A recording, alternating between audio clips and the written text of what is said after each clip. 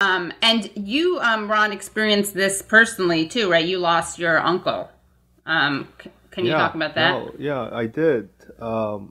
So in the middle of trying to support my constituents who reached out to me, they had loved ones in the nursing homes in April. This was we didn't talk about the March 25th order where he mandated up to 9,000 COVID positives into nursing homes for almost 2 months while he was giving out legal immunity. So at the very peak of that, as you can imagine, people were reaching out and saying, I can't get access.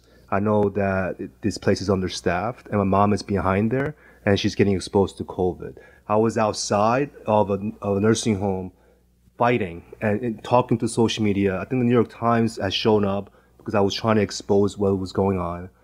And right at that time, when I'm fighting for my constituents, my uncle got ill and he died in a matter of days of presumed COVID. And, he was the reason why I'm here today. So he is the reason why my parents were able to immigrate here. He sponsored our visa. He was a veteran, and he was a U.S. Army captain, and he was a dentist. The only thing that I would say is that he was also a Republican, one of the first Korean American Republicans in Queens Wow. ever, and he was a big fan of Ronald Reagan. Hence the name Ron. He Oh gave my me my name, gosh. Your and name. Wow. ironically, I'm spending my entire adult career undoing every Right. fucking thing that Reagan has ever done. So that's my story That's about nice. my uncle. But for him to die alone in pain, because I know if you read about it, you heard the stories, but it's not an easy Mm. process when you can't breathe and your lungs are going out and you're asking to go. People are asking to die because it's too painful. And with no funeral in sight. There's 15,000 other people who had to go through similar experiences. So that's what happened to my uncle. And yeah, and after that, we've continued to fight, but eventually it just became overwhelming. And that's when we started talking to Dave, trying to expose what was going on with legal immunity, the situation of Cuomo. And he broke one of the first earliest stories.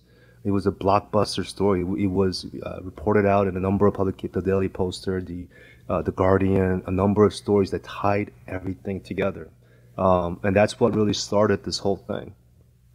Yeah, and it's interesting because I saw, I heard you on the Brian Lehrer show, Ron, and you mentioned the immunity thing, and Brian Lehrer was kind of like, "Oh yeah, I didn't even think of that. I didn't even put that into the introduction because something that's kind of not surprising, sadly, but is infuriating, is that no one's really mentioning this. Like you see people finally kind of talking about the story. It's just like too shocking and significant just on a numbers level to ignore, but they're not bringing up the potential ulterior motive that Cuomo had. Have you seen that penetrate at all? I mean, obviously Daily Poster, which is a great site, which everyone should support, but are other people picking this up? Yeah, and at the time we had other like Associated Press started reporting on it. The New York Times did a piece, but Cuomo had a narrative, and he just hid all the numbers and came up with all these excuses.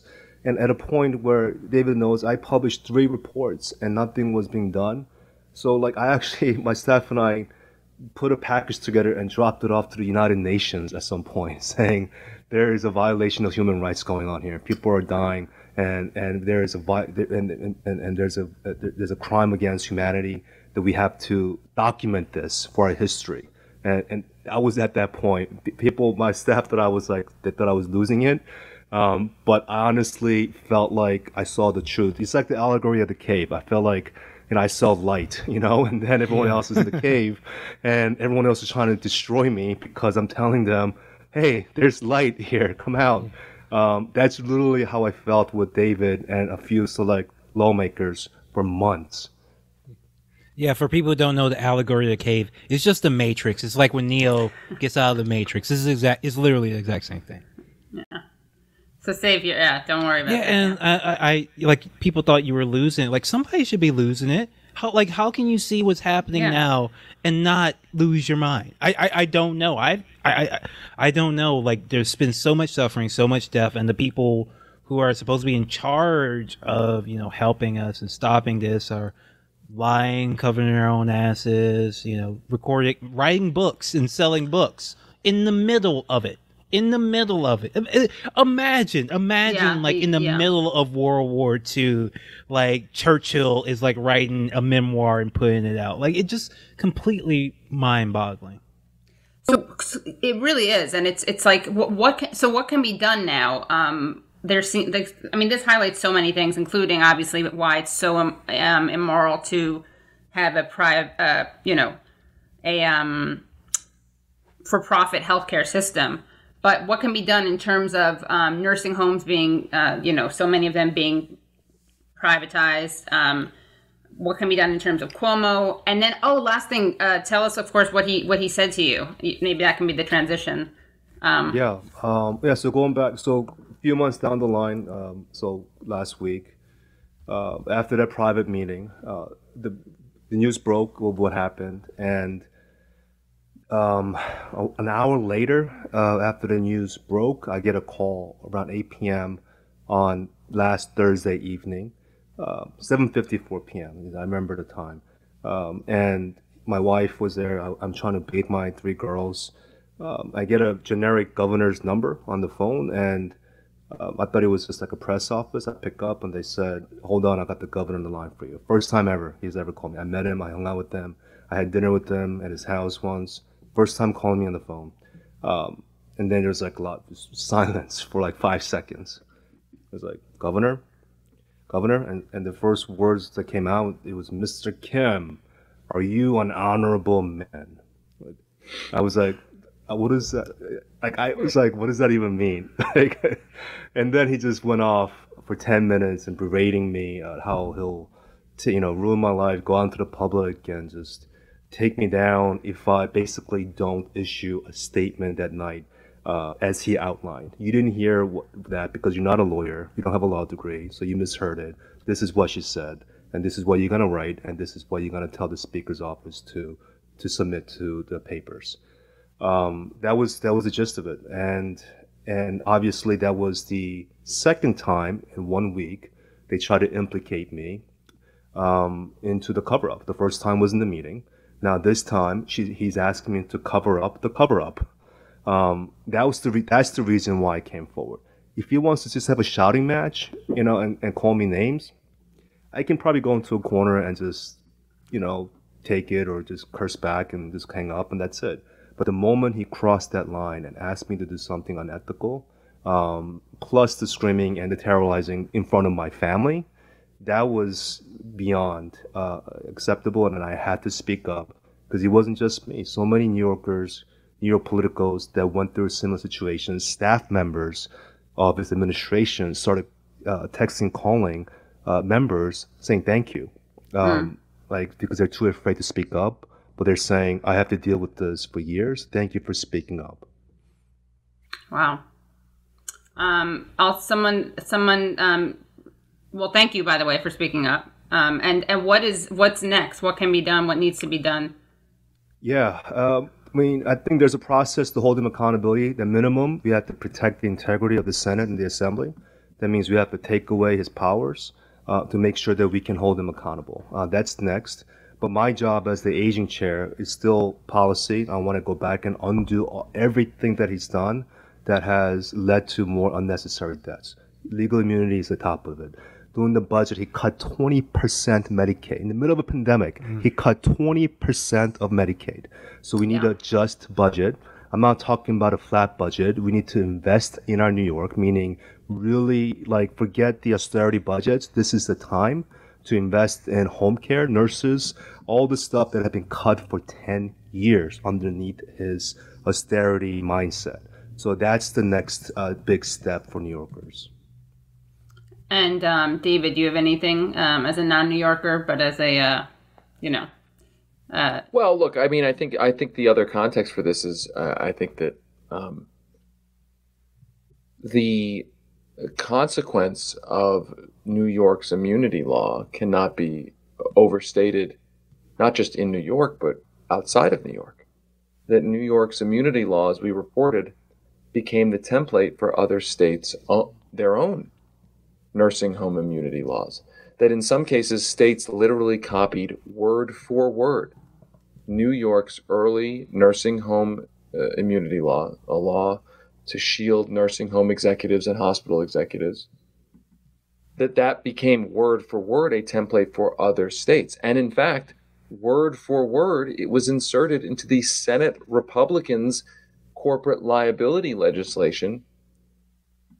Like, I'm talking about copy paste, like Control C, Control V, from Andrew Cuomo's law into Mitch McConnell's proposal. And we reported that out. And so the point is that one thing on top of what can be done is that everyone needs to understand, no matter where you live, there are, I think, 20 plus states that have now put on their books laws that grant immunity to nursing home executives during this pandemic, immunity for corporate decisions that potentially endanger nursing home residents' lives.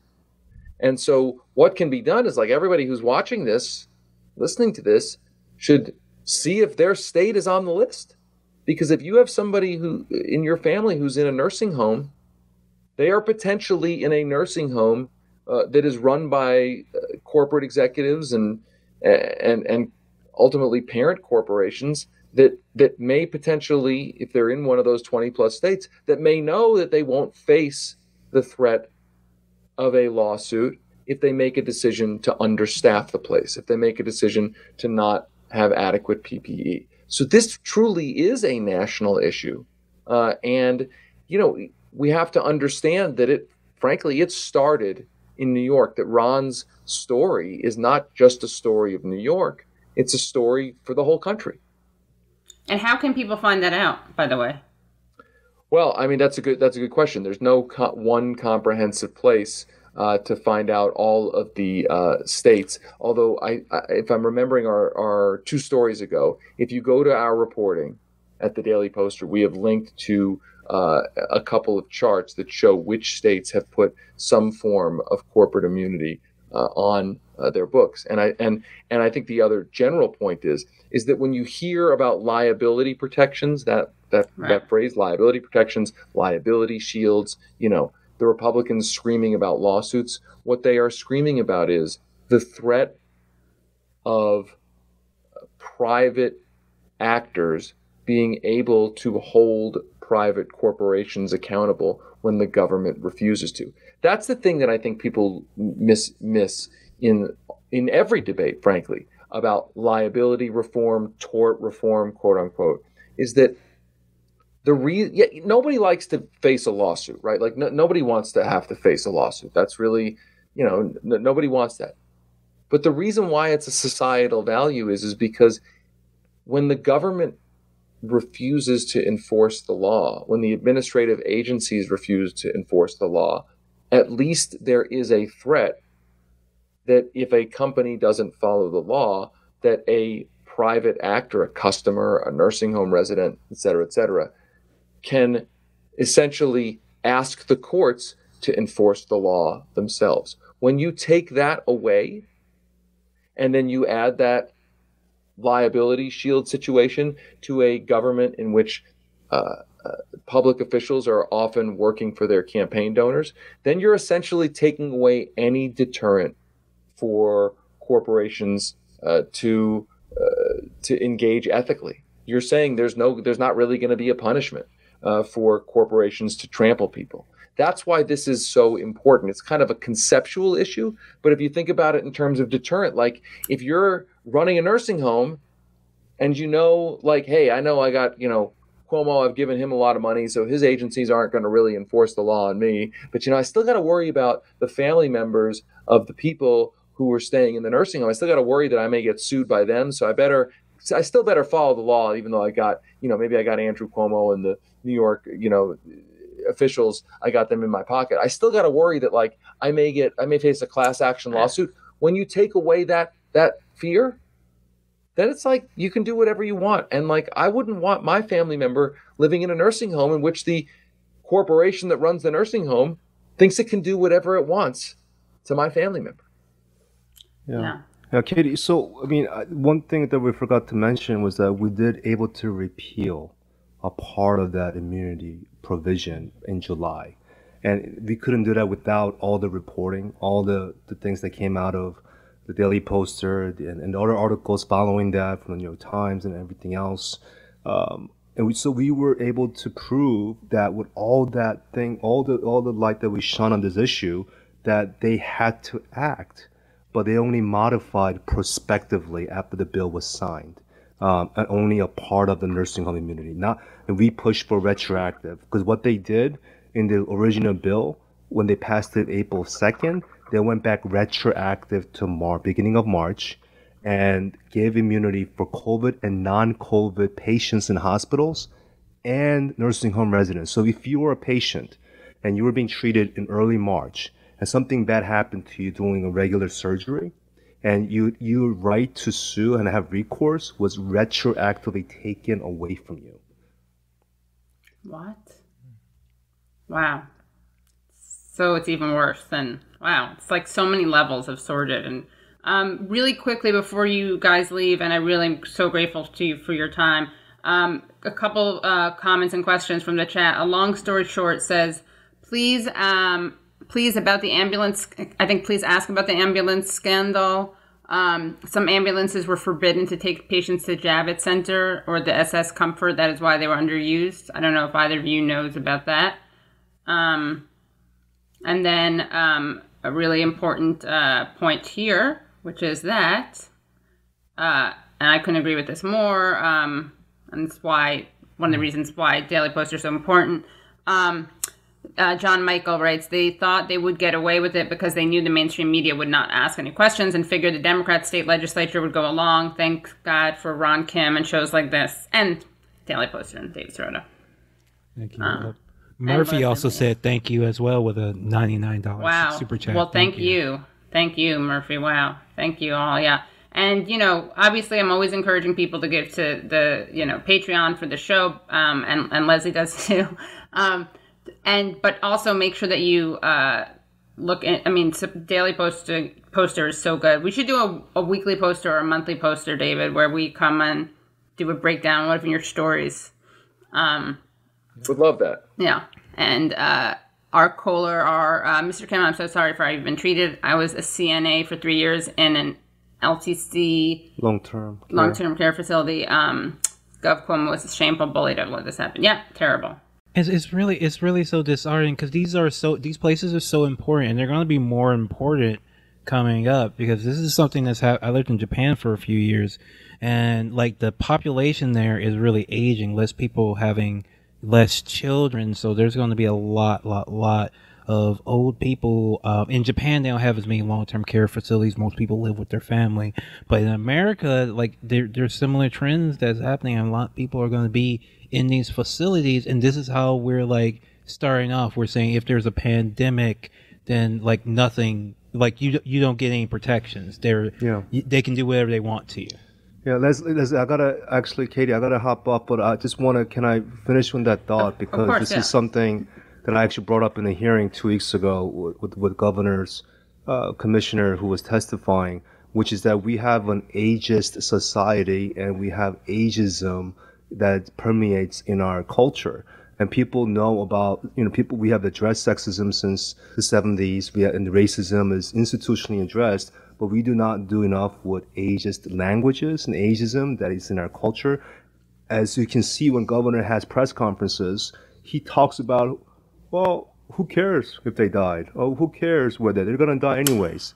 I mean, that's the type of language that normalizes ageism against older adults, and saying that when you almost making us think that when you go to nursing homes, you're getting ready to die anyways. That's the kind of culture that we do have. So it is systemic, and it is cultural, that I think we need to also have deeper discussions around. But policy obviously comes first that can fix that. So we have a lot of work to do. Katie, thank you so much. Thank Leslie, you so much. nice meeting you. Well, it's good to see you, man. Thank you guys so much. Yeah. Keep up the courage. Thank you. Bye. Thank you. Yeah. Bye.